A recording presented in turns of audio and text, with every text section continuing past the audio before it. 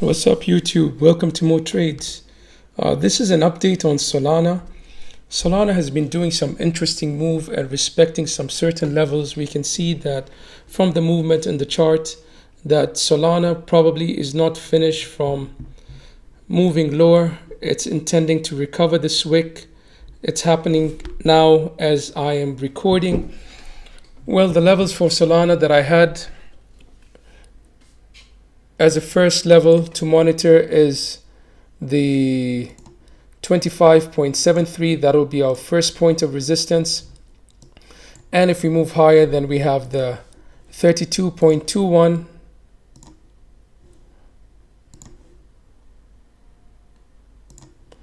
Then right up above, we have 32.93 and 33.1. So we'll just mark it as 33.13.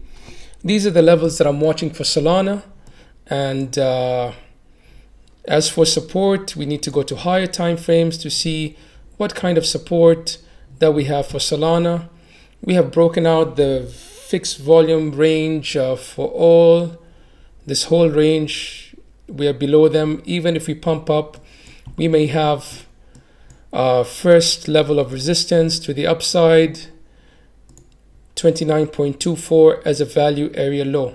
Keep these levels on your chart and be aware of them. Now looking at Solana moving down, Solana has been moving impulsively for the past since June, and I can see Solana going to $12.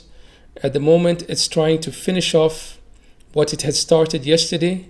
We can see clearly we might come down and break this ever so slightly to just continue higher. But the market is reacting to what has happened with FTX and elections and all those different kind of news.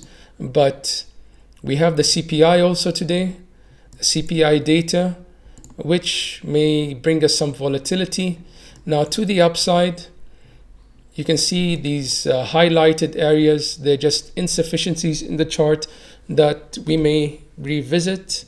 And eventually, this is on the hourly. We're way extended from the 50 EMA, which usually we like to get back to. You see, we dump, we come back to it, wick above it if we're going to continue down. So if someone is to short, if you're wanting to short this, you wouldn't go and short it right now. You would wait at least for a retrace to see a rejection for continuation to the downside. That's what I'm looking at for Solana. We may even do this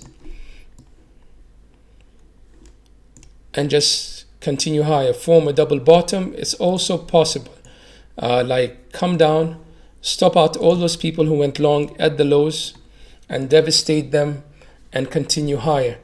Now, when you want to trade it, always use a stop loss. If you're going to trade altcoins, I don't advise you to trade altcoins and sleep on them. If you're going to trade altcoins, better to be a trade with altcoins. I prefer being a day trader. With Bitcoin, I could sleep on it because you enter in high probable levels and it is less volatile than these altcoins that move. I mean, at one point we could be down at 20K, $20. Today we went down to 18. Next thing you know, you are at 31 again. I'm sorry, we were at 31. We're down at 18, came back up to 24. So it's very volatile. We had, if you take it, the move that we had yesterday was from up here. If we count it from the open of the day, which was here, we had almost a 42% drop with Solana.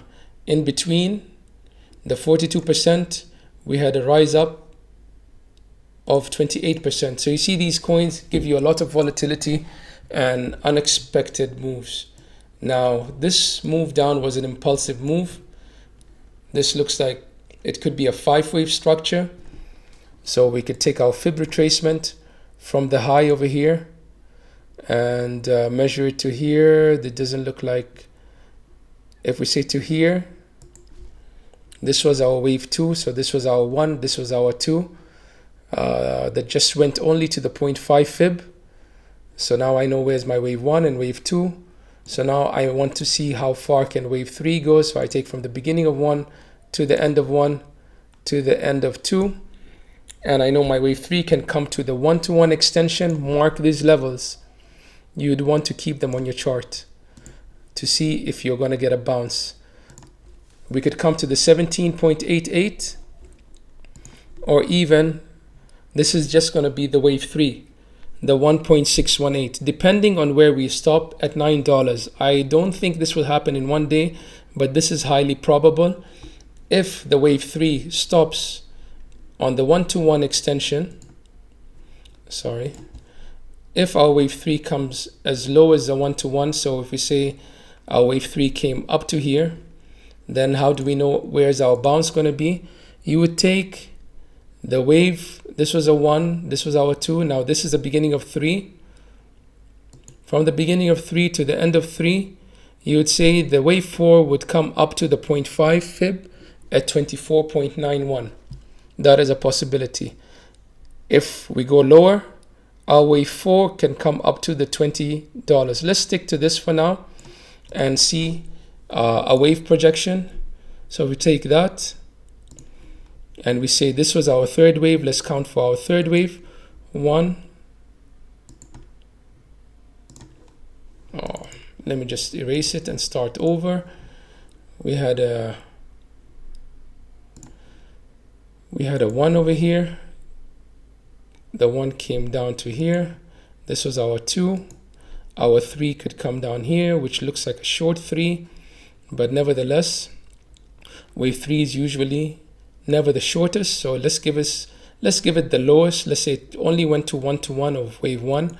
Then our wave 4 should essentially come back up to the 24.9K. It can't pass wave 2, so that's a problem. We'll come down to the 0.382 and our wave 5 lower. Now, how low could wave 5 go if this is our projection? Wave 5, if this is going to continue, only if this is going to continue. Of course, it can get invalidated anytime. Wave 5 can go as low as the $9.65, or if it's a long massive wave 5 to the $1, I don't see that happening.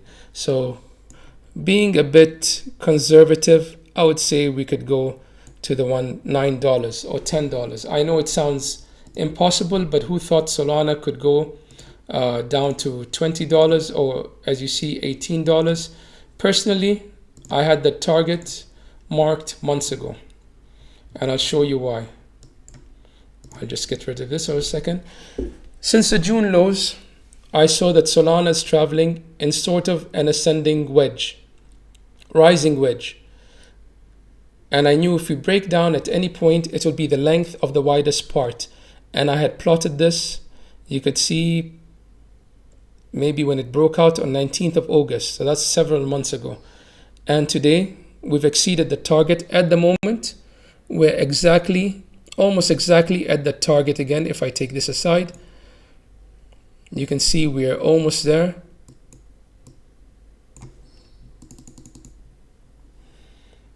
Yeah, so those are my targets for Solana at the moment. I am in a trade. I am looking for lower. I'm hoping we come down and recover this wick. The sooner you recover the wick, you've recovered most of it. The sooner you recover it, then you know you're on the safe side and we are ready to move out. Because as long as there are wicks in the chart, we will come down to them. We've seen that in Bitcoin also. Okay, thanks for watching. Please like and subscribe and click your notifications. Thank you very much for your time. More trades, I'm out.